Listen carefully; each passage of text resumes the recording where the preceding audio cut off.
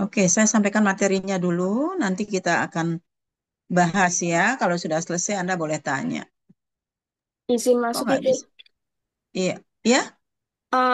Izin Ibu, ini tiga kelas ini, tiga kelompok itu memaparkan materi presentasi Ibu. Oh, ada materinya. Iya Ibu. Oh, saya pikir nggak ada.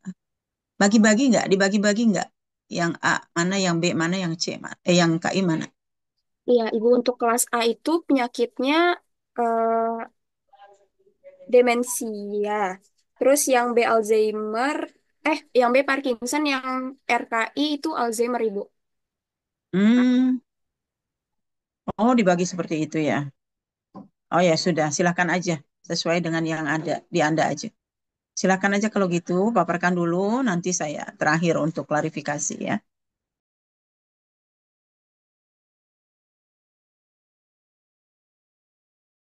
Siapa yang mandu? Silakan. Cepat ya, 10 menit masing-masing ini presentasi.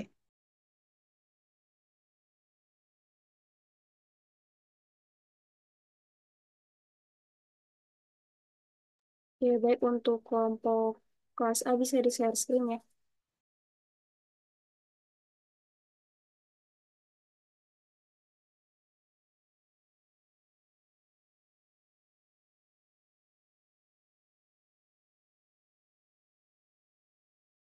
Ya, baik, selamat siang semuanya. Yang terhormat Ibu Made Rismani, selaku dosen pembimbing kelompok pada mata kuliah gerontik non akut. Jadi hari ini kelompok akan memaparkan materi asuhan keperawatan pada lansia dengan gangguan kognitif, memori, dan perubahan perilaku. Untuk kelompok kelas A ini akan membahas tentang demensia. Yang kelompok 4 ada Fadilatul Islamnya, ada Pada Damayanti, Fitriali Nabila, Gali Trinidad, Merisma Rahmawati, Muhammad Bintang, Nur Elizal, Salsabila Naila, dan Vini Sarwatul. Untuk kelompok diberi waktu 10 menit ya. Terima kasih.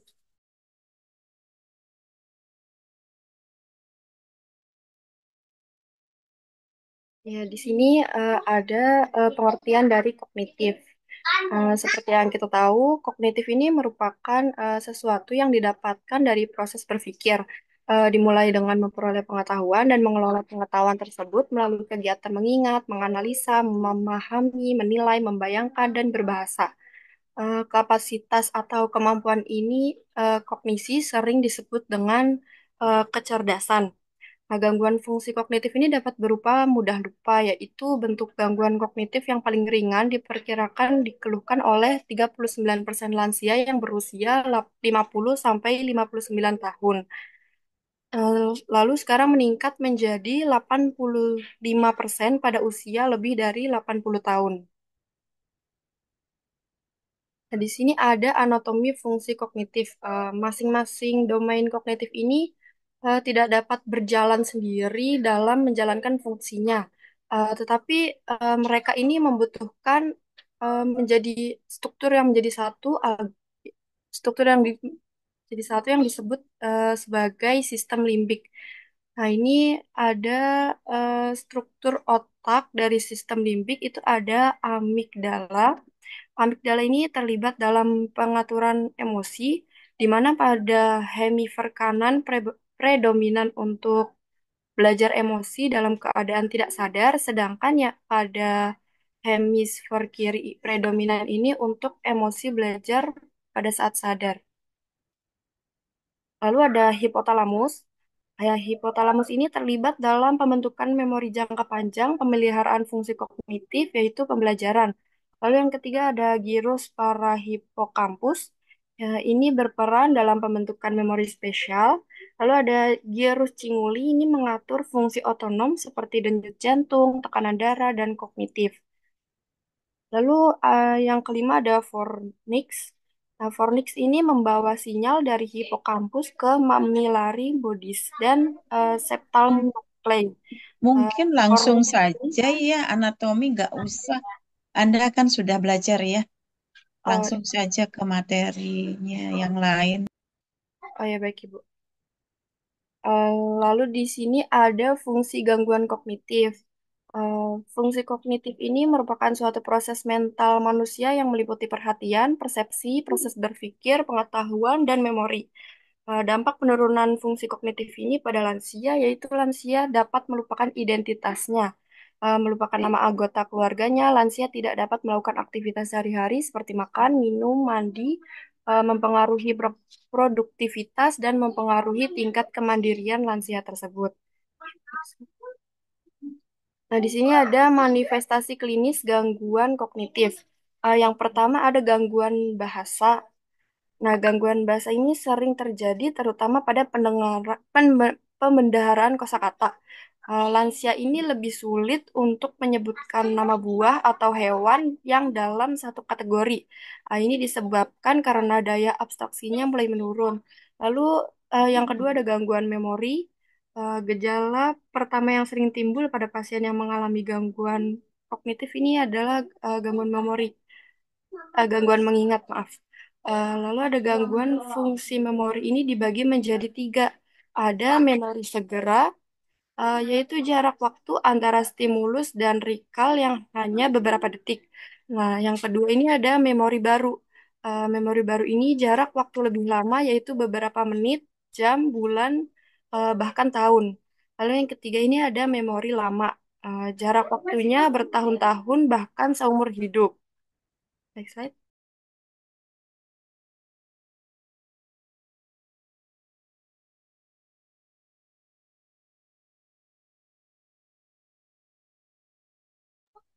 Lalu yang ketiga ada gangguan visual spasial. Ini gangguan ini sering terjadi pada pasien pasca stroke, uh, pada fase recovery. Pasien ini lupa dengan waktu, tidak mengenali hari, wajah teman, dan sering tidak tahu tempat di mana dia berada. Pasien ini bisa disebut juga dengan pasien disorientasi waktu, tempat, dan orang. Lalu yang keempat ada gangguan kognisi. Uh, Gangguan kognisi ini paling sering terganggu pada lansia. Ya, next slide.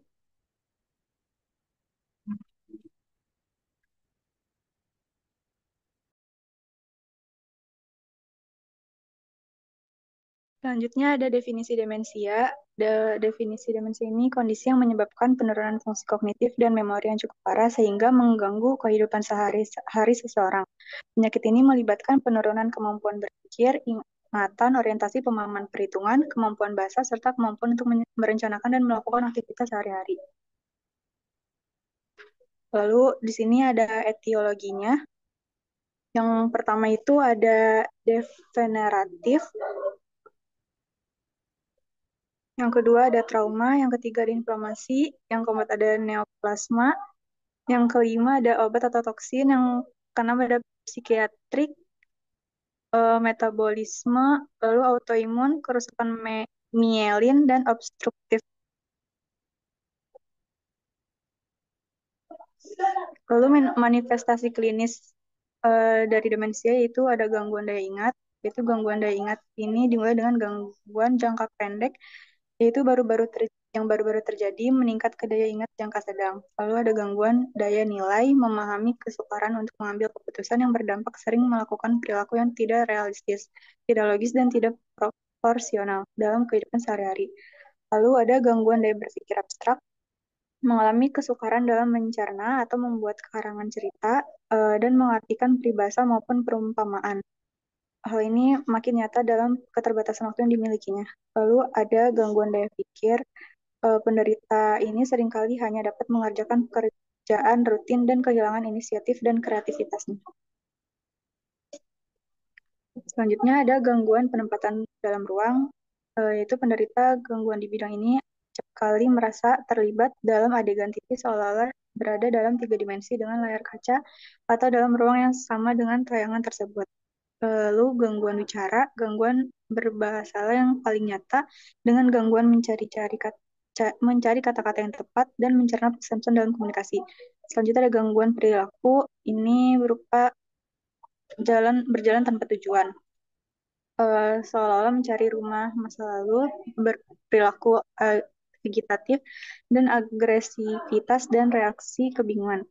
Selanjutnya ada gangguan suasana perasaan, yaitu gangguan mood berupa depresi atau kecemasan atau penderita dapat menunjukkan labilitas emosi, menangis atau tertawa tanpa penyebab yang jelas. Lalu di sini ada penata laksanaannya dari farmakoterapi. Yang pertama ada demensia Alzheimer, obat-obatan antikolinesterase seperti donepezil, rivastigmine, galantamin, memantin. Lalu dari demensia vaskular ini obat-obatan antiplatelet seperti aspirin, tiklopidin, clopidogrel untuk melancarkan aliran darah ke otak sehingga memperbaiki gangguan kognitif. Lalu demensia karena stroke yang berturut-turut tidak dapat diobati, tetapi perkembangannya bisa diperlambat atau bahkan dihentikan dengan mengobati tekanan darah tinggi atau kencing manis yang berhubungan dengan stroke. Lalu, jika hilangnya ingatan disebabkan oleh depresi, berikan obat antidepresi seperti sertalin dan citalopram untuk mengendalikan agitasi dan perilaku yang meledak-ledak yang bisa menyertai demensia stadium lanjut, sering digunakan antipsikotik. Lalu, dukungan atau peran keluarga mempertahankan lingkungan yang familiar akan membantu penderita tetap memiliki orientasi. Lalu, terapi simptomatik, terapi rekreasional, dan aktivitas di mana upaya yang dapat dilakukan dengan memberikan terapi brain gym. Lalu, pemeriksaan penunjangnya yang pertama ada lansia mengalami gangguan daya ingat, daya pikir, lalu menanyakan riwayat keluhan dari keluarga atau relasi yang terdekat maupun yang terpercaya.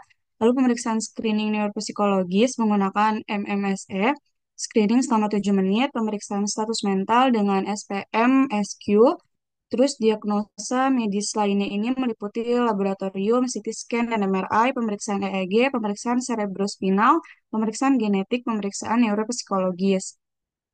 Lalu di sini ada kondas askepnya, bisa dilihat ya teman-teman. Seperti biasa ada identitas klien, identitas keluarga, lalu keluhan utama pada demensia ini biasanya mudah lupa akan peristiwa yang baru terjadi, tidak mampu mengenali orang, tempat, dan waktu. Selain itu, kita dapat melihat secara objektif klien mengulang-ulang cerita yang sama, perubahan pola bicara, dan tidak mampu menemukan kata-kata yang tepat. Lalu riwayat penyakitnya ini penyakit degeneratif, CVA, gagal jantung, trauma otak, infeksi. Lalu riwayat psikososialnya ini gambaran diri, ada stresor yang merubah Langsung ke gambaran diri. intervensi aja ya. Masalahnya apa, terus intervensinya apa, gitu aja. Baik, selanjutnya di sini ada intervensi keperawatan. Untuk diagnosa pertama ini ada gangguan memori yang berhubungan dengan proses penuaan. Untuk tujuan dan kriteria hasilnya ini setelah dilakukan asuhan keperawatan selama 3 kali 90 menit, itu diharapkan kemampuan mengingat pada klien itu meningkat. Dengan kriteria hasil, klien mengungkapkan kemampuan mempelajari hal baru. Kedua, klien mengungkapkan kemampuan mengingat informasi faktual. Lalu untuk intervensinya sendiri adalah latihan memori. Boleh selanjutnya? Selanjutnya lagi. Lanjut. Yang kedua di sini ada risiko jatuh. Tujuan dan kriteria hasilnya ini setelah dilakukan asuhan keperawatan selama 3 kali 90 menit diharapkan tingkat jatuh pada klien menurun dan keamanan lingkungan rumah klien meningkat. Dengan kriteria hasil yang pertama tidak ada kejadian jatuh pada klien, kedua adanya peningkatan pemeliharaan rumah klien. Lalu untuk intervensinya sendiri adalah manajemen keselamatan lingkungan. Boleh selanjutnya? Ya, yang ketiga ini ada diagnosa kesiapan peningkatan manajemen kesehatan. Untuk tujuan dan kriteria hasilnya ini setelah dilakukan asuhan keperawatan selama 2 kali 90 menit, diharapkan manajemen kesehatan pada klien meningkat. Dengan kriteria hasil, satu, klien melakukan tindakan untuk mengurangi faktor risiko. Kedua, klien menerapkan program perawatan. Lalu untuk intervensinya sendiri adalah manajemen keselamatan lingkungan. Boleh selanjutnya? Diagnosa selanjutnya yaitu gangguan mobilitas fisik yang berhubungan dengan gangguan sensori persepsi. Tujuan dan kriteria hasilnya itu setelah dilakukan asuhan keperawatan selama 3 kali 90 menit, diharapkan mobilitas fisik pada klien meningkat. Dengan kriteria hasil, satu, klien dapat menggerakkan ekstremitas, kedua, kekuatan otot klien meningkat, lalu ketiga, rentang gerak atau ROM klien meningkat. Untuk intervensinya sendiri adalah dukungan mobilisasi. Selanjutnya. Ya, selanjutnya, manajemen kesehatan tidak efektif berhubungan dengan kekurangan dukungan sosial. Tujuan dan kriteria hasilnya itu setelah dilakukan asuhan keperawatan selama 3 kali 90 menit, diharapkan manajemen kesehatan pada klien meningkat. Dengan kriteria hasil, satu, klien melakukan tindakan untuk mengurangi faktor risiko. Kedua, klien menerapkan program perawatan. Lalu untuk intervensi sendiri, bimbingan antisipatif. Selanjutnya, lalu di sini juga ada implementasinya. Menurut Khalifah, tindakan keperawatan gerontik adalah realisasi rencana tindakan untuk mencapai tujuan yang telah ditetapkan. Lalu untuk evaluasi keperawatannya, yaitu penilaian keperawatan adalah mengukur keberhasilan dari rencana dan pelaksanaan tindakan keperawatan yang dilakukan untuk memenuhi kebutuhan lansia. Selanjutnya,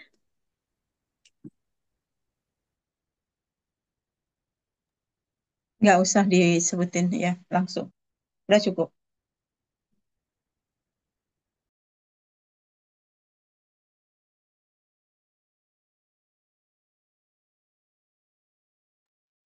Ya, bisa dipersingkat yang penting-penting ya.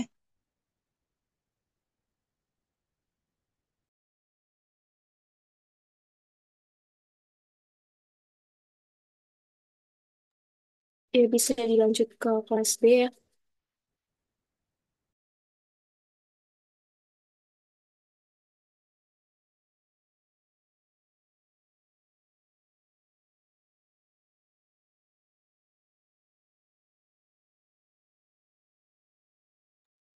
Untuk kelompok kelas B bisa di-share screen ya materinya.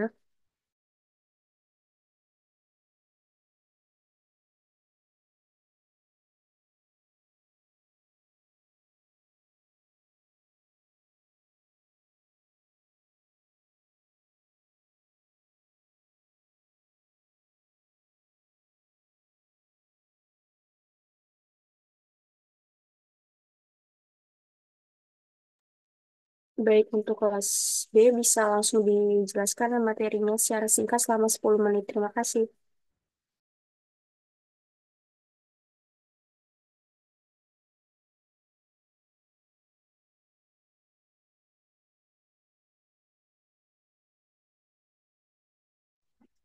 Ya, baik, izin masuk. Jadi untuk kelas B akan menjelaskan tentang asuhan keperawatan pada lansia dengan gangguan kognitif, memori, dan perubahan perilaku, di mana penyakit ini mengenai Alzheimer. Anggota kelompoknya ada Dara Segita, Erika Oktaviani Manik, Ita Sylvia, Khadijah Kamila Inayah, ada Monika Selmi Tanggraini, saya sendiri, yaitu kemudian juga ada Ronaldo Gultom, ada Ruth Teresna Silitonga, dan ada Vina Julia Fabila.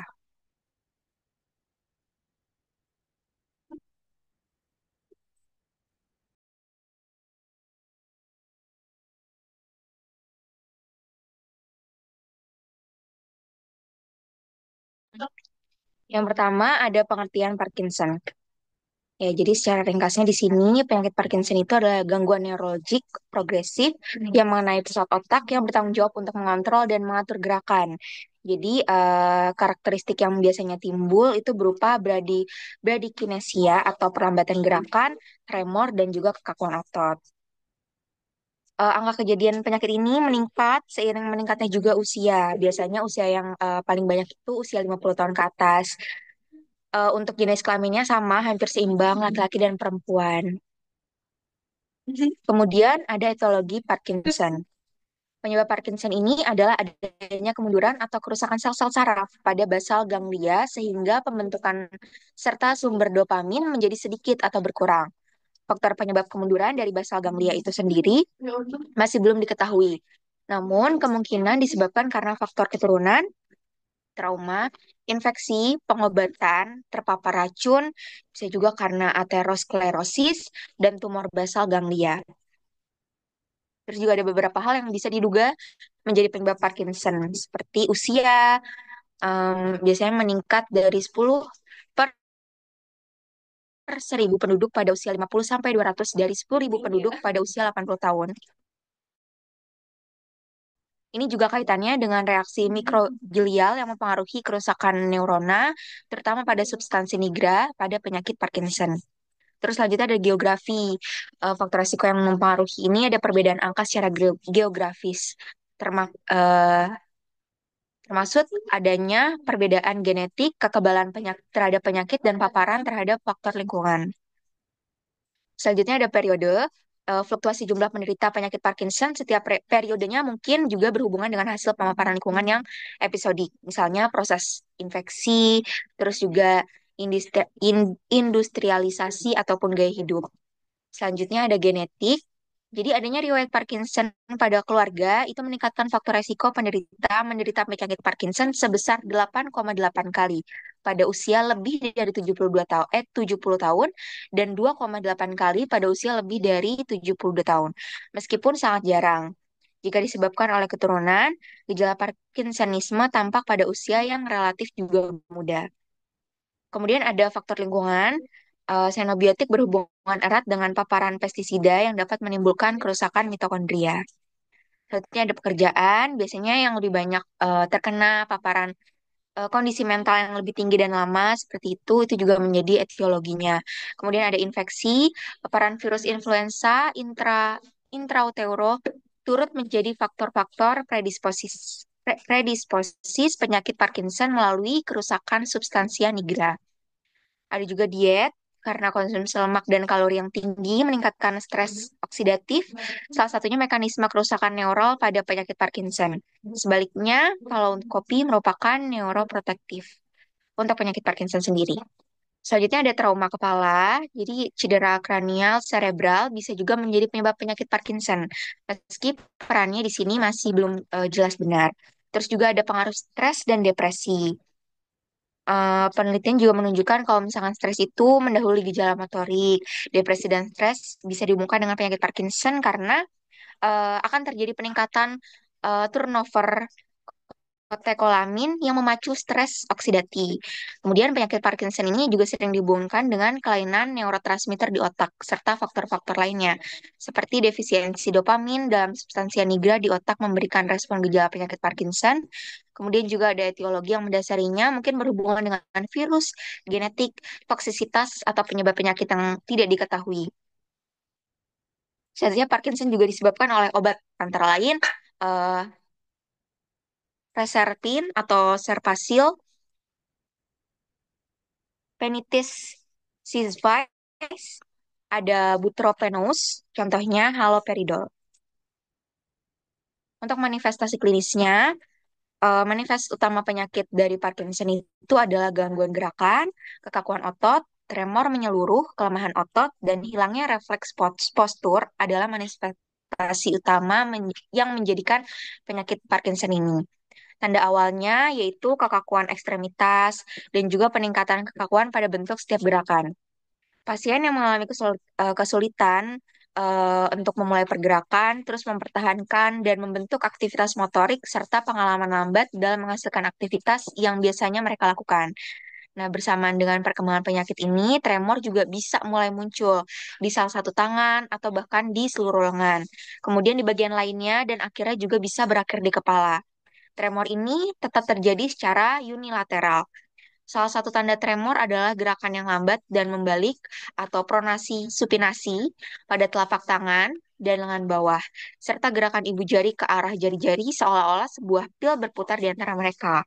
Pasien dalam keadaan ini bisa dengan saat istirahat atau saat sedang berkonsentrasi atau bahkan pada saat cemas. Di sini teman-teman ada gambaran klinis dari penyakit Parkinson. Jadi ada ciri-ciri klinisnya, bagaimana nanti bentuk kepalanya, terus kepalanya ada gemetar, ekspresi wajahnya, terus juga kekakuannya, postur tubuhnya seperti itu.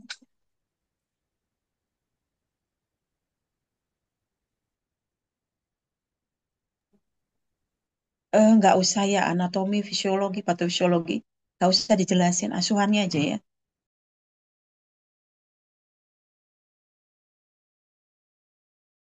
Jadi seperti makalah jadinya.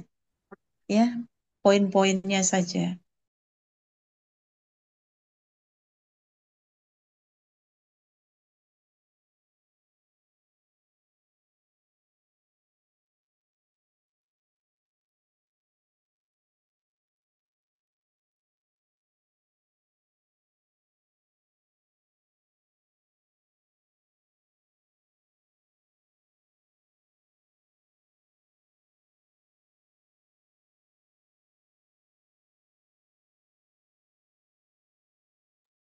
Izin untuk kelompok bisa dilanjut kembali. Iya, baik. Saya lanjutkan. Asuhan keperawatan teoritis pada penyakit Parkinson. Bisa di next. Ya, pengkajian. Tahap pengkajian ini terdiri dari 4 komponen, antara lain pengelompokan data, analisis data, perumusan diagnosa keperawatan. Identitas meliputi nama, umur, lebih sering pada kelompok usia lanjut, pada usia 50-an dan 60-an. Jenis kelamin lebih banyak pada laki-laki, pendidikan, alamat pekerjaan, agama, suku bangsa, tanggal dan jam masuk rumah sakit, nomor register, dan diagnosa medis. Itu ada keluhan utama, riwayat kesehatannya, riwayat kesehatan sekarang, riwayat kesehatan dahulu, riwayat kesehatan keluarga, riwayat psikososial, pengkajian psikos spiritual, dan juga pemeriksaan fisik.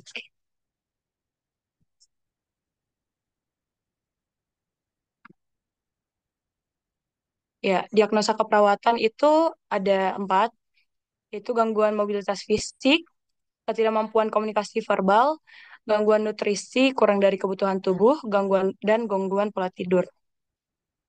Intervensi keperawatan yang pertama itu gangguan mobilitas fisik. Dari SLKI-nya nomor 05042, setelah dilakukan keperawatan 3 kali 24 jam, diharapkan mobilitas fisik meningkat dengan pergerakan ekstremitas meningkat, kekakuan otot meningkat, ROM meningkat, dengan psikinya dukungan mobilisasi. Kemudian yang kedua, gangguan berkomunikasi, SLKI-nya setelah dilakukan keperawatan 3 kali 24 jam, diharapkan komunikasi verbal meningkat dengan kriteria kemampuan berbicara, kemampuan mendengar, kesesuaian ekspresi wajah atau tubuh, dan kontak mata dengan psiki, promosi komunikasi, yaitu defisit bicara. Kemudian untuk implementasi, latihan fisik, bantu pasien dalam melakukan latihan yang meningkatkan mobilitas dan kekakuan otot. Pengawasan nutrisi, berikan dukungan dalam merencanakan dan menyiapkan makanan yang bergizi, serta mengatasi masalah menelan. Kemudian pendidikan, edukasi pasien dan keluarga mengenai penyakit Parkinson, cara mengelola gejala, dan teknik mencegah jatuh. Kemudian pengelolaan obat, berikan obat yang sesuai dengan resep, dan monitor efek sampingnya. Kemudian koordinasikan dengan dokter untuk penyesuaian dosis jika diperlukan. Dukungan psikologis, berikan dukungan emosional dan bantu pasien untuk mengatasi perasaan frustasi atau depresi. Untuk evaluasinya, kemajuan mobilitas, evaluasi peningkatan atau penurunan kemampuan bergerak untuk kemandirian pasien. Kemudian frekuensi jatuh, pantau dan evaluasi kejadian jatuh dan efektivitas intervensi pencegahan. Kemudian kesehatan nutrisi, tinjau status nutrisi pasien dan respons terhadap intervensi diet. Kemudian kesehatan mentalnya, tanyakan tentang perubahan dalam kesejahteraan emosional dan penyesuaian terhadap dukungan yang diberikan. Efektivitas pengobatan, evaluasi efektivitas terapi obat, dan buat penyesuaian bila diperlukan. Di sini ada studi kasus dengan identitas pasien, nama Tuan O, umur 91 tahun, jenis kelamin laki-laki, statusnya sudah menikah, agama Islam, pendidikan SMA, pekerjaan Nggak usah pensiun. pakai kasus ya, langsung rencana aja. Yang tadi, teorinya rencana aja. Oh iya, baik Ibu. Setelah masalah ya, intervensinya aja.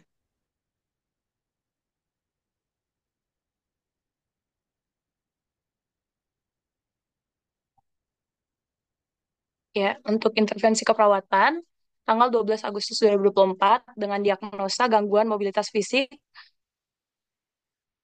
berdasarkan dengan gangguan neuromuskular di kekakuan dalam menggerakkan ekstremitas dan kekuatan otot, diagnosa 0054. Kriteria hasil setelah dilakukan tindakan keperawatan selama 1 kali 24 jam, 2 kali 24 jam, kelemahan otot yang dirasakan klien berkurang dengan kriteria hasil: 1, pergerakan ekstremitas meningkat, 2, kekakuan otot meningkat, dan 3, rentang gerak ROM meningkat. Untuk intervensinya, observasi: 1, mengidentifikasi toleransi fisik, melakukan ambulasi, kemudian monitor frekuensi jantung dan tekanan darah sebelum memulai ambulasi, monitor kondisi umum selama melakukan ambulasi. Dengan terapeutiknya, fasilitasi aktivitas ambulasi dengan alat bantu, misalnya tongkat atau kruk. Kemudian libatkan keluarga untuk membantu pasien dalam meningkatkan ambulasi. Edukasinya, jelaskan tujuan dan prosedur ambulasi, ajarkan ambulasi sederhana yang harus dilakukan. Misalnya, berjalan dari tempat tidur ke kursi roda, berjalan dari tempat tidur ke kamar mandi, berjalan sesuai toleransi. Kemudian, diagnosa kedua, defisit perawatan diri berhubungan dengan gangguan neuromuskuler. Kelemahan dibuktikan dengan tidak mampu mandi atau mengenakan pakaian, makan ke toilet, berhias secara mandiri. Untuk kriteria hasilnya, setelah dilakukan tindakan keperawatan selama 2 kali 24 jam, perawatan diri klien terpenuhi dengan kriteria hasil.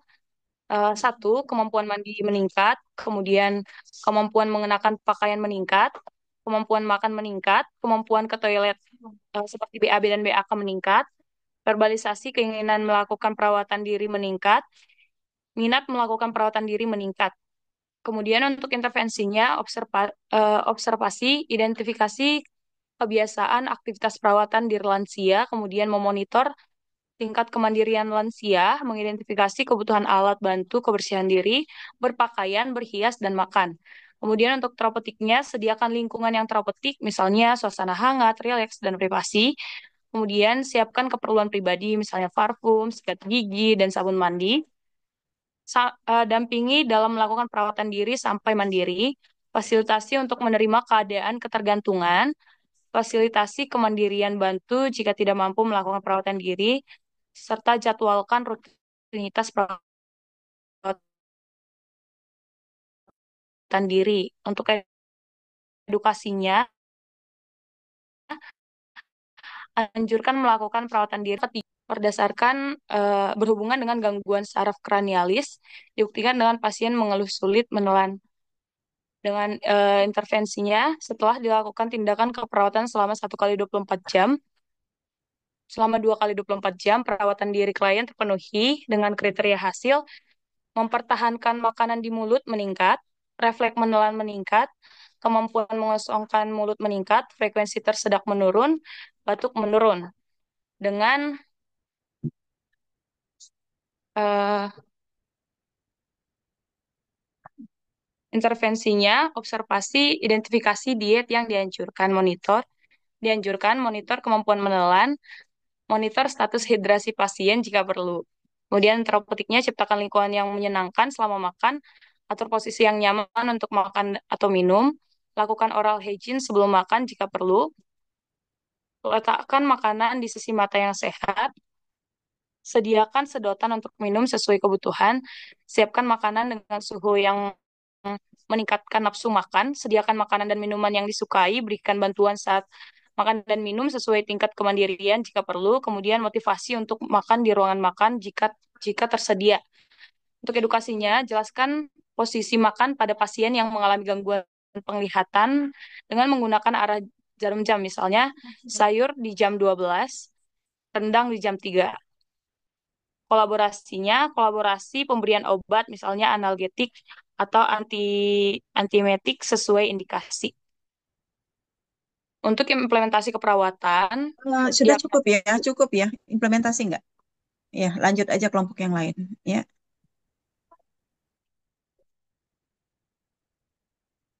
Baik, selanjutnya untuk kelompok kelas RKI bisa di-share screen ya. bisa dipersingkat nggak? Inti-intinya saja ya, nggak usah semua dibacain gitu. Itu sama dengan oh, apa namanya me, apa namanya ya menaruh makalah di PowerPoint gitu ya.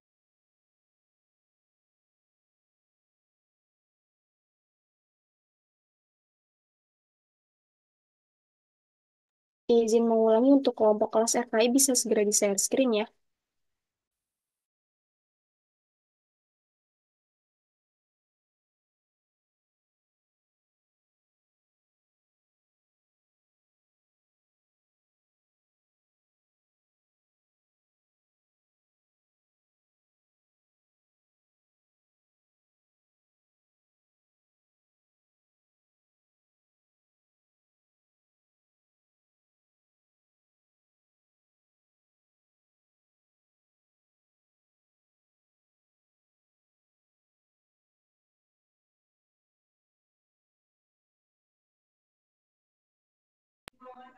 Izin, Ayo tapi lanjut. masih hitam tampilannya.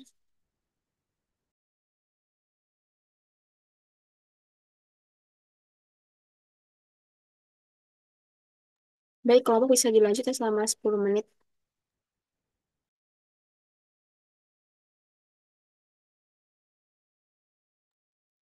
Ya, izin masuk. Jadi berikutnya ada definisi dari Alzheimer. Next. Ya, jadi apa sih Alzheimer itu? Jadi Alzheimer itu adalah jenis dari demensia ya teman-teman. Jadi demensia sendiri yang udah dijelasin sama kelas A itu ada jenisnya banyak dan salah satunya itu Alzheimer. Alzheimer adalah jenis yang paling banyak bentuk dari demensia yang paling banyak dialami lansia di Indonesia sendiri itu prevalensinya mencapai 27,9% yang menderita Alzheimer.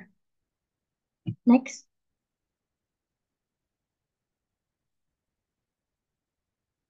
Nah, jadi ini adalah tahapan penurunan kognitif dari penderita Alzheimer. Next. Tahap satu tidak ada penurunan kognitif ya, karena di tahap ini tuh eh, lansia tuh masih bisa berpikir dengan sempurna, masih sehat gitu. Kenapa dibilang udah masuk tahap satu? Karena Alzheimer tuh terbentuknya 20 tahun sebelum gejala awalnya muncul. Next. Ini tahap 2 sorry. Tahap 2 itu lansianya udah mulai menyadari beberapa kali dia melupakan sesuatu, tapi masih dalam tahap yang wajar gitu, masih bisa dikasih, masih reasonable gitu lupanya. Di sini pun lansia masih sehat. Next. Lalu ada tahap 3, yaitu penurunan kognitif ringan. Di tahap ini, orang-orang tuh udah mulai menyadari kalau lansia ini ada masalah dengan memorinya gitu loh. Lansia juga udah mulai bingung untuk menentukan kata-kata untuk menjelaskan sesuatu gitu. Lalu di tahap keempat, ada penurunan kognitif sedang, di mana lansia tuh mulai sulit menyelesaikan kegiatan yang dulu tuh berasanya mudah untuk dilakuin, kayak lupa resep makanan yang biasa dia buat sebelumnya. Next. Lalu ada tahap 5 di mana ini lansia mulai eh, terjadi penurunan kognitif sedang hingga berat, di mana lansia mulai kesulitan untuk melakukan kegiatan sehari-hari, seperti kayak memilih baju, sama memilih baju sesuai sama cuaca gitu. Nah, di sini tahap emosionalnya udah mulai berubah gitu. Lansia juga mungkin udah sadar sama, kayaknya saya sakit nih gitu, seperti itu. Jadi dia mulai merasa stres dan frustasi. Nah, tahap 6 ini adalah penurunan kognitif berat di mana lansia ini di sini udah mulai membutuhkan pengawasan dan bantuan penuh secara terus-menerus. Dia udah mulai bingung sama kehilangan memori gitu loh. Dia juga udah mulai berkurang tuh tingkat pemahamannya. Ini juga udah banyak melupakan hal-hal simple gitu, kayak dia lagi di mana gitu, udah mulai bingung. Kecuali mungkin dia masih ingat eh, orang-orang yang benar-benar dekat sama memori-memori lama tuh, itu mungkin masih ada ingat. Nah, di sini juga emosi emosionalnya lansia juga udah mulai berubah ya. Lansia jadi lebih agresif sama gelisah. Nah, di tahap 6 ini juga lansia udah mulai butuh bantuan. Maksudnya dari tahap-tahap sebelumnya juga udah butuh bantuan. Tapi di tahap ini dia lebih butuh lagi. Kayak kita harus ingat, harus bantu untuk BAB, BAK tuh harus dibantu. Sama bahkan ingetin buat minum supaya dia nggak dehidrasi. Next.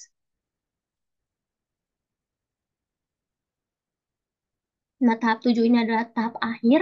Nah, ini di sini penurunan kognitifnya sangat berat ya, di mana lansia itu udah kehilangan kemampuan untuk berkomunikasi atau merespon lingkungan. Mereka juga bahkan sulit untuk menelan gitu. Nah, ini di sini lansia dibutuhkan perawatan yang penuh seperti itu. Next. Teknologinya. Next. Nah, sebetulnya belum diketahui secara pasti apa penyebab Alzheimer gitu kan.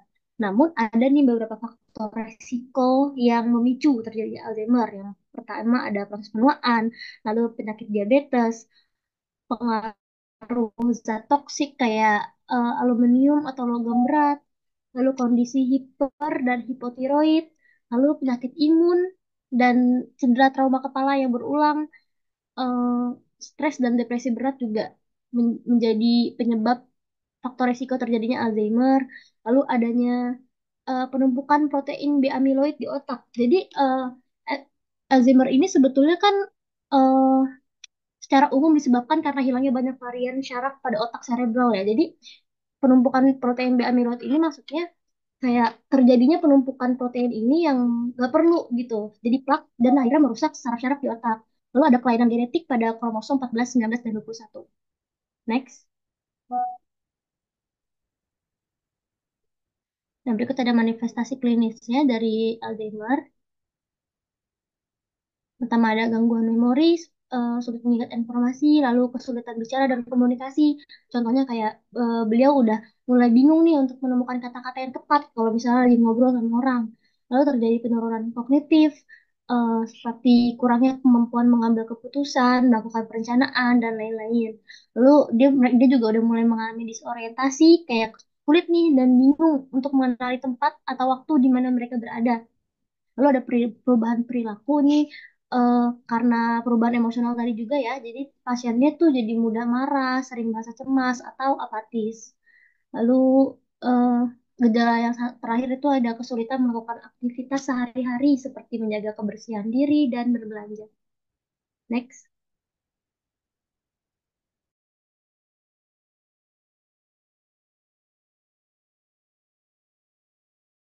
Nggak usah dijelaskan, lanjut aja.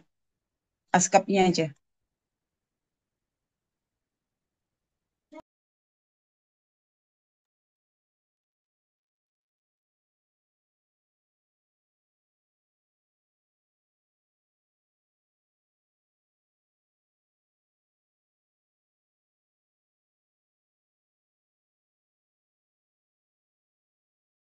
Oke, di sini ada ASCAP dari Alzheimer ya. Next. Oke, ini pengkajian secara teoritis Alzheimer itu pertama kita nentuin identitasnya dulu. Yang kedua, riwayat keluarga. Yang ketiga, riwayat pekerjaan. Next.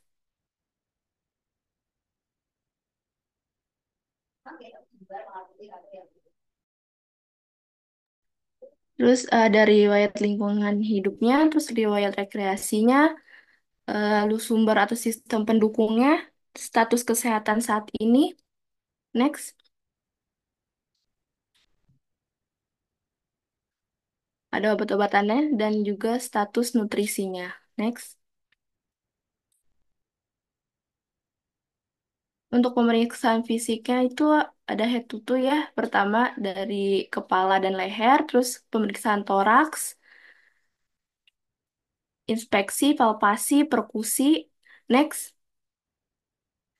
ada pemeriksaan jantungnya yaitu dengan palpasi inspeksi mengamati ada tidaknya pulsasi. Terus perkusi menentukan batas-batas jantung untuk mengetahui ukuran jantung.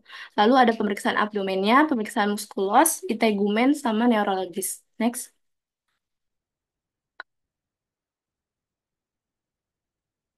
Ada pemeriksaan penunjangnya bisa CT scan, MRI, pemeriksaan neurologi lengkap, pemeriksaan lab darah, dan juga radiologi.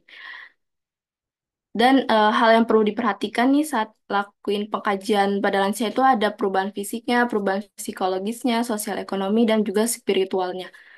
Next.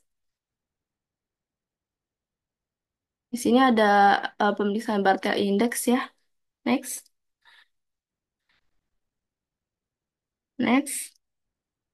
Ini ini MFS-nya, Morse Fall Scale-nya. Next. Next. Dan ini mini mental status exam ya, atau MMSE-nya. Next.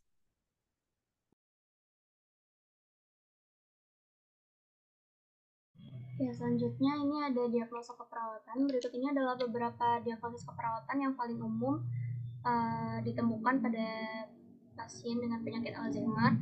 Yang pertama ada defisit perawatan diri, kedua ada ketidakmampuan coping keluarga, ketiga ada defisit nutrisi, selanjutnya ada gangguan memori. Next. Selanjutnya ada risiko cedera, gangguan pola tidur, konfusi akut, konfusi kronis, dan isolasi sosial. Boleh di next.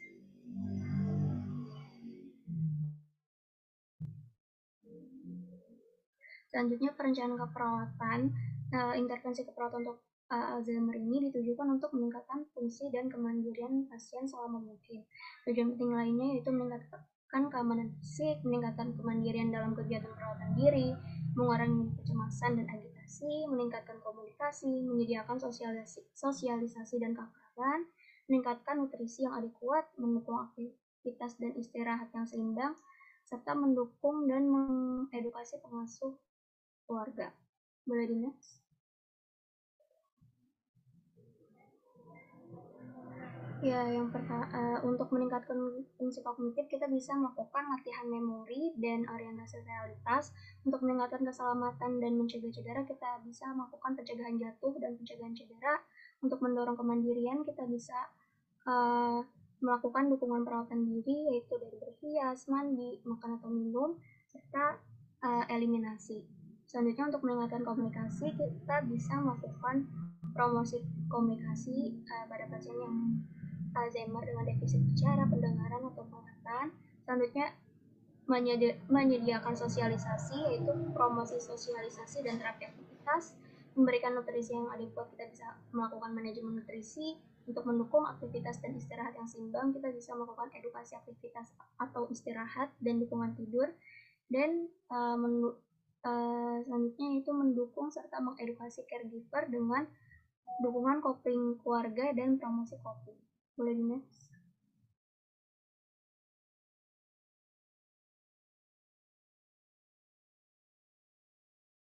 Baik, kelompok Cukup. bisa di stop share screen ya. Baik, terima kasih untuk 3 kelompok yang telah memaparkan 3 penyakit, demensia, Alzheimer, dan juga Parkinson. Selanjutnya diserahkan kepada Ibu Made. Terima kasih. Iya, iya. Oke, terima kasih semuanya ya. Karena ini ditunggu sama Bu Ratna ya.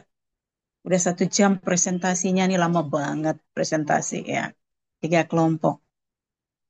Makalahnya komplit ya, makalahnya komplit. Tapi bukan itu yang kita maksud ya.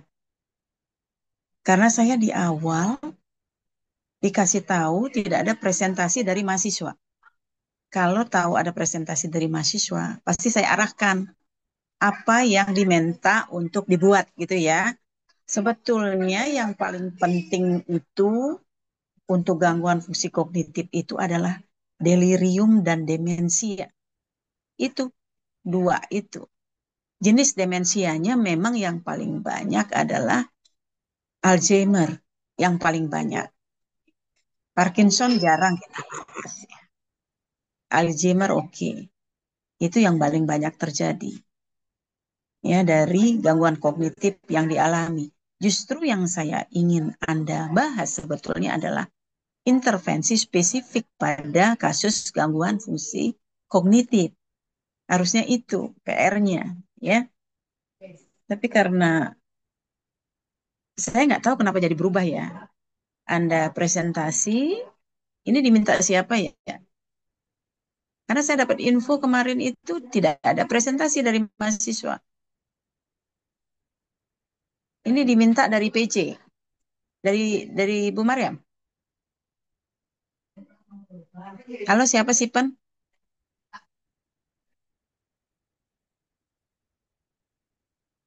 Halo? Ya, nggak apa-apa itu untuk pemahaman Anda saja ya. Untuk pemahaman Anda, kasus-kasus tersebut ya, Anda mendapat gambaran seperti apa gitu ya. Untuk pengetahuan. Ya, yang kita fokuskan nanti adalah delirium dan demensia.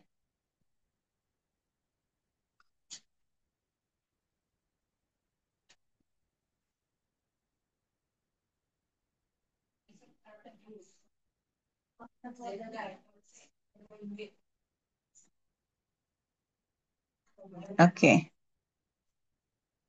Ini ya. Gangguan kognitif, memori, dan perubahan perilaku. Ini yang diminta dari topik yang terkait dengan keperawatan gerontik non-akut. Nah, saya tidak bahas lagi apa itu kognitif, penurunan fungsi kognitif. Tadi kelompok sudah bahas konsep dasarnya ya. Nanti Anda bisa baca sendiri. Ini kasusnya sangat banyak terjadi untuk lansia ya, gangguan kognitif. Kalau Anda jaring dengan screening MMSE itu akan banyak ditemukan baik di masyarakat, di keluarga maupun di panti. Itu banyak terjadi. Apalagi kalau di rumah sakit, dia sudah masuk dengan demensia dan perubahan perilaku. Nah, ini beberapa faktor yang berpengaruh. Bisa faktor si lansianya sendiri atau faktor lingkungan seperti sosial. Bisa kesehatan fisiknya yang menurun ya karena berbagai hal. Kesehatan mental, nutrisi, kalau nutrisi kurang itu ke otak pasti kurang kan. Pasti akan mengalami masalah di otak. Itu yang menyebabkan dia mengalami gangguan kognitif. Bisa juga karena efek obat-obatan atau faktor lingkungan dan juga aktivitas. Nah, ini jenis gangguannya ada delirium dan demensia. Dua hal itu yang memang sering ditemukan dan sering terjadi. Ya, delirium ini sindrom yang ditandai dengan serangan akut. Nanti saya akan sampaikan perbedaannya apa delirium dan demensia. Biasanya delirium itu akut, kegagalan otak akut berhubungan dengan disfungsi otonom, disfungsi motorik, dan kegagalan homeostasis. Nah ini ya, delirium biasanya disertai dengan perubahan kesadaran. Ya, kadang-kadang terjadi halusinasi, delusi, mungkin Anda sudah paham ya, delusi itu paham. Ada perubahan suasana hati juga. Nah, ini faktor resikonya karena malnutrisi, ketidakseimbangan elektrolit. Anda mungkin sudah pernah temukan di rumah sakit ya, ada pasien-pasien yang mengalami tidak seimbangan elektrolit, pasti ada penurunan kesadaran dan terjadi delirium. Nah, untuk demensia ini yang banyak terjadi. Kasus demensia di Jepang itu sangat tinggi. Ya, karena usia harapan hidupnya di sana juga tinggi, di atas 80 tahun. Ya, sehingga lansia dengan usia yang sampai ratusan tahun itu banyak di sana dan banyak mengalami demensia. Makanya di sana ada rumah sakit, ada ruangan khusus yang memang merawat lansia dengan demensia. Kalau di Indonesia belum ada ruangan khusus, tapi ruang geriatri yang ada di RSCM ya yang bisa merawat dan juga ada di panti. Nah, ini yang perlu diperhatikan. Demensia bukan bagian dari proses alami menua. Jadi jangan disepelekan. Ya, kalau misalnya kakek neneknya di rumah udah pikun-pikunnya berat, sampai dia nggak tahu pulang, kalau pas keluar sampai dia nggak tahu nama anggota keluarga di rumah, nggak tahu siang malam, itu sudah merupakan masalah, bukan hal yang sepele. Ya, harus dikonsulkan ke dokter. Nah, ini banyak penyebabnya, bisa kondisi medis yang menyerang otak, ini penyakit Alzheimer yang paling banyak, walaupun Parkinson juga ada. Biasanya Parkinson itu kan banyak pada yang petinju ya, karena pukulan dari kepalanya yang sering. Jadi, bisa kondisi medis yang mengganggu aliran O2. Stroke itu banyak juga. Pasca stroke mengalami demensia. Penggunaan alkohol, narkoba, trauma pada otak, ataupun infeksi. Ya, ini tipenya Alzheimer, vaskular demensia, dan demensia yang lain. Bisa gejalanya ringan, sedang, berat. Tadi sudah disampaikan ya gejala-gejalanya. Ringan, sedang, dan berat. Kalau ringan, mungkin dia hanya lupa naruh barang, misalnya seperti itu. Ya.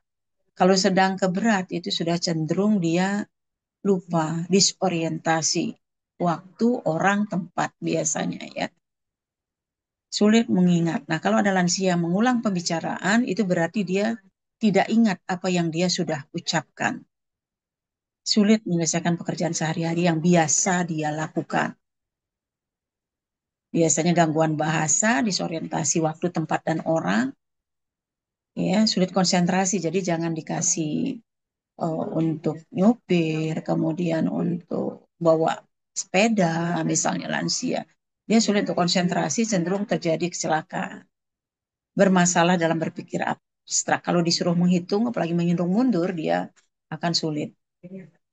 Ya, gangguan mood, kemudian perubahan kepribadian, bisa kehilangan inisiatif. Tadi juga udah disampaikan ya, kurang motivasi, yang nggak ada motivasi untuk melakukan sesuatu sehingga masalahnya banyak yang self-care defisit. Nah, sebetulnya dua hal ini yang terjadi pada demensia ya. Gangguan fungsi kognitif dan kelainan perilaku dan psikologis. Behavior psychological syndrome disease ya. Jadi gangguan perilaku dan psikologis. Nah, disfungsi kognitif itu apa? Sering lupa, tadi disorientasi. Apa sih ya tidak mampu bicara dengan baik?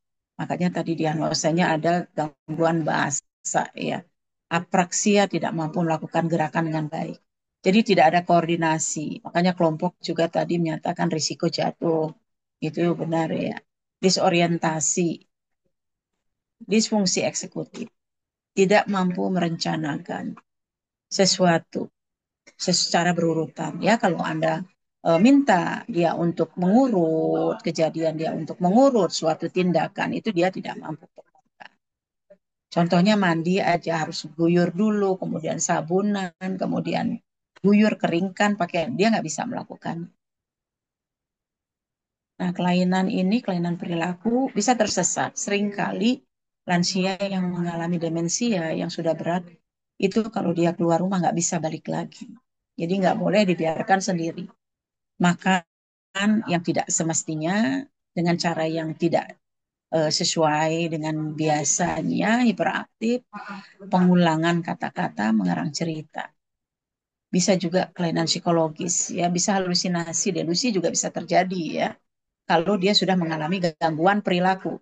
Kalau demensianya tanpa gangguan perilaku, itu tidak ada halusinasi dan delusi.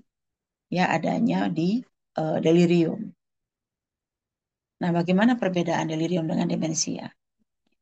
Pada delirium itu serangannya akut mendadak. Ya, pada saat Anda lihat dia mengalami ketidakseimbangan cairan elektrolit, itu penurunan kesadaran, itu mengalami delirium. Kalau demensia itu timbul secara bertahap. Dia pelan-pelan tapi progresif. Nah, gejala yang bisa diamati ya, kalau delirium itu berfluktuasi, pemulihan itu cepat berlangsung. Tapi kalau demensia tidak bisa dipulihkan ya, karena dia progresif. Kalau sudah mengalami demensia, itu sudah mengalami kerusakan, apalagi di otak, itu sulit, tidak akan bisa sembuh. Pola tidur tidak bisa terbalik, misalnya tidur siangnya lama, tidur malamnya sedikit. Untuk demensia tidak terjadi, ya jarang terjadi gangguan tidur. Kalau fungsi kognitif biasanya kehilangan perhatian, disorientasi, gangguan ingatan jangka pendek. Ini yang baru-baru saja terjadi, itu tidak ingat.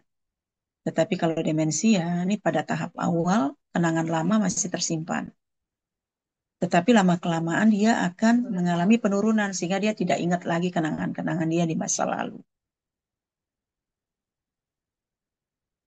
Disorientasi itu terjadi pada demensia sedang sampai berat. Kalau ringan, dia masih mampu untuk orientasi terhadap lingkungannya. Walaupun ada lupa-lupanya sedikit. Isi pikiran ini bisa halusinasi, ilusi, dan delusi. Delirium. Nah, kalau untuk pengkajian, biasanya kita pakai MMSE ya. Tadi kelompok ada mengatakan untuk menggunakan SPMSQ itu tidak bisa digunakan untuk menjaring karena itu sangat sederhana. Biasanya kita menggunakan MMSE. Ya, ini bisa Anda lakukan untuk lansia di komunitas maupun lansia di panti. Ini skornya tertinggi sampai 30 ya. Skor tertingginya. Ini ada eh, kriteria karena keterangan dari skor. Ini tidak bisa menentukan apakah dia demensia atau tidak. Ya, untuk mendiagnosa demensia itu harus dilakukan pemeriksaan lanjut. Tadi ada pemeriksaan penunjang ya. Kalau ini hanya untuk menentukan gangguan kognitifnya ringan, sedang atau berat, ya, gangguan fungsi kognitif. Nah, ini yang diukur apa? Orientasi, registrasi, kalkulasi, ini berhitung, mengingat, dan bahasa. Nah, ini contoh. Contoh, ini skornya maksimal 5. Jadi harus ada 5. Ya. Hari, tanggal, bulan, tahun, siang atau malam. Terus ini juga yang kedua, alamat yang ditanya nih ya. Kalau bisa semuanya skornya 5. Terus yang ketiga, kita menyebutkan 3 buah benda.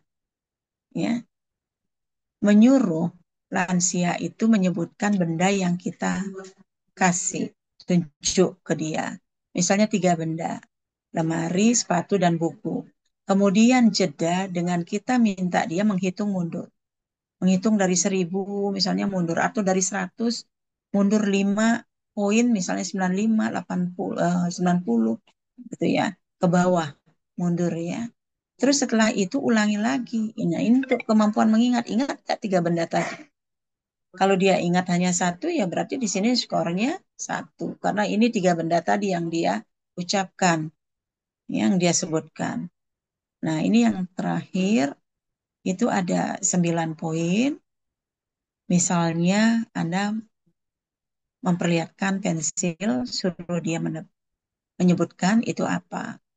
Terus ulangi kalimat berikut. Contohnya, saya ingin sehat. Ini contoh saja. Boleh kalimat apa saja suruh ngulangi. Asal jangan panjang-panjang. Laksanakan 3 perintah. Contohnya, pegang kertas, lipat 2, kemudian ditaruh di meja. Bisa nggak dia berurutan seperti itu? Ini yang tadi gangguan fungsi eksekutif ya. Kalau itu terjadi, dia nggak bisa. Terus baca dan laksanakan. Jadi sambil dia membaca, pejamkan mata, terus dia juga memejamkan mata. Terus tulis kalimat, boleh kalimat apa saja ya yang diminta untuk menulis. Tiru gambar, entah pohon, entah meja, entah kursi, dan sebagainya yang bisa dia lakukan. Jangan niru gambar yang sulit dia lakukan. Nah, ini nanti dikalkulasi, dihitung, ya jumlahnya dia masuk yang gangguan mana. Oke, kebanyakan diagnosisnya yang utama ya. Kalau tadi ada banyak sekali diagnosis keperawatan, itu yang penyertanya ya. Kalau yang utama ini 3, gangguan memori, kebingungan kronis, penurunan kemampuan perawatan diri atau self-care deficit. Ya. Nah, ini kerusakan memori, ketidakmampuan mengingat informasi, biasanya dia tidak mampu mengingat kejadian faktual, peristiwa, tidak bisa mampu mengingat di mana dia menyimpan sesuatu, gitu. Makanya untuk lansia dengan demensia itu tidak boleh rubah-rubah nih, misalnya kamarnya ada rubah-rubah, naruh mejanya di mana dirubah, itu nggak akan bisa dia. Jadi harus di tempat yang tetap.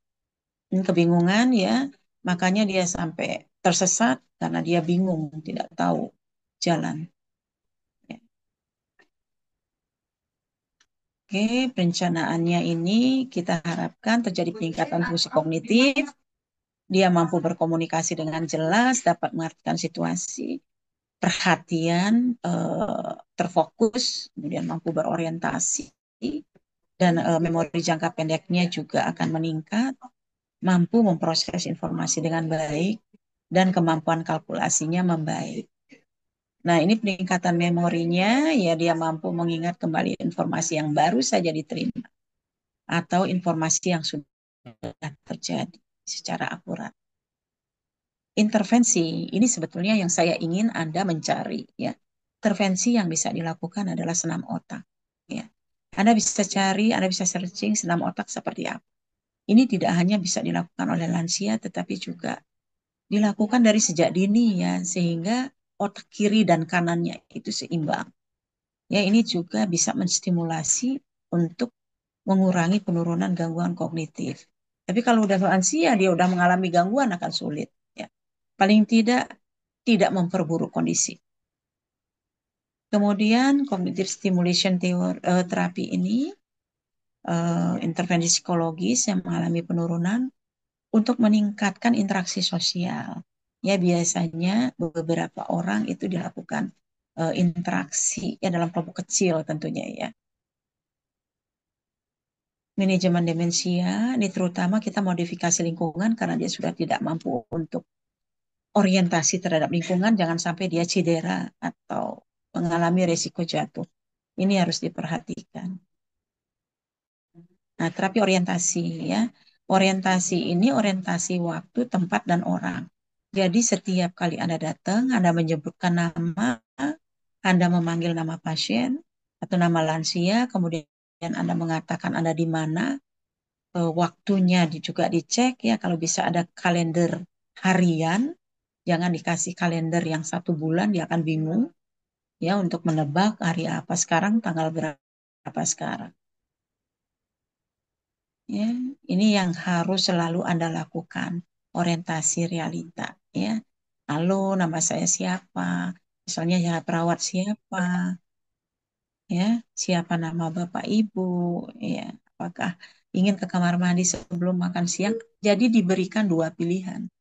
Jangan ditanyakan sesuatu yang eh, eh, sifatnya pertanyaan terbuka, dia harus mengeksplanasi ya, harus menjelaskan. Kalau pasiennya sudah bingung, harus diberikan alternatif. Ibu mau makan dulu atau mandi dulu, seperti itu. Jadi 2 alternatif itu yang dia putuskan gitu. Ya, jadi ini kita lakukan selalu ke lansia yang menyatakan bahwa kita menghargai dia, bahwa kita sedang bicara dengan dia. Oke, itu yang bisa saya sampaikan. Ini eh, garis besarnya ya, yang bisa Anda pahami terkait dengan delirium dan demensia. Ya, kalau Anda mau secara detail, Anda bisa searching terkait dengan delirium dan demensia. Saya juga punya materi ya, yang materi dari Jepang ya, yang terkait dengan delirium demensia, karena itu kasus yang paling banyak. Satu lagi disfagia yang paling banyak mereka terjadi di sana. Ya, tiga D itu disfagia, delirium, dan demensia. Itu gangguan kognitif itu lebih ke arah delirium dan demensi. Oke, ada yang ingin ditanyakan? Silakan. Kita klarifikasi. Silakan kalau ada yang ingin bertanya.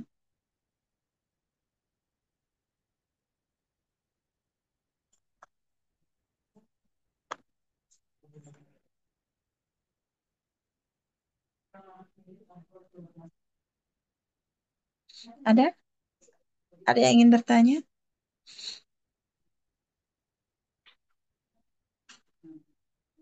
Ya, Anda pakai PowerPoint saya nanti karena saya akan ngambil tesnya dari sana. Nanti saya akan kirim ya. Yang lain Anda bisa pakai untuk referensi ya, untuk baca-baca. Oke, ada yang ingin ditanyakan?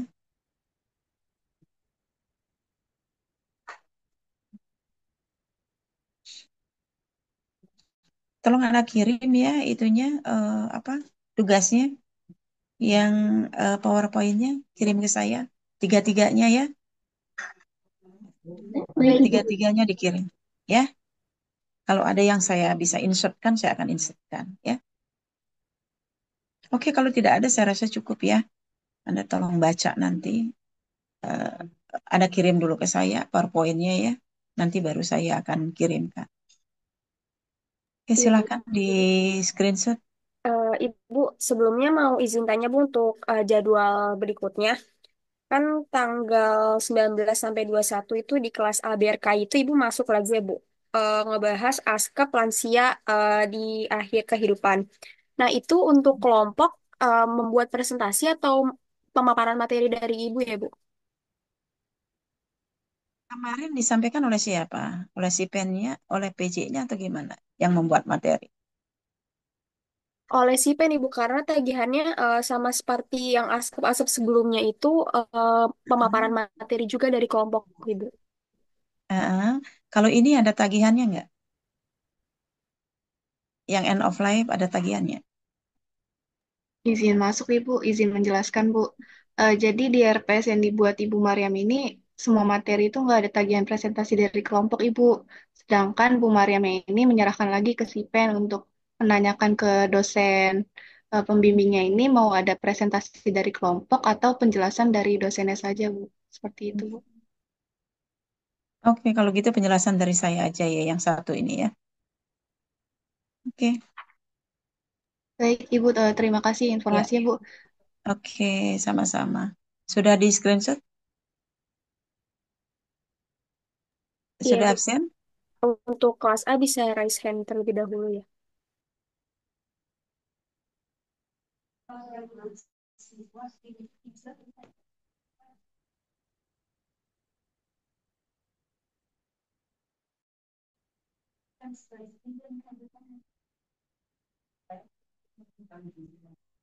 Untuk kelas A sudah dilanjut kelas B ya. Kelas B.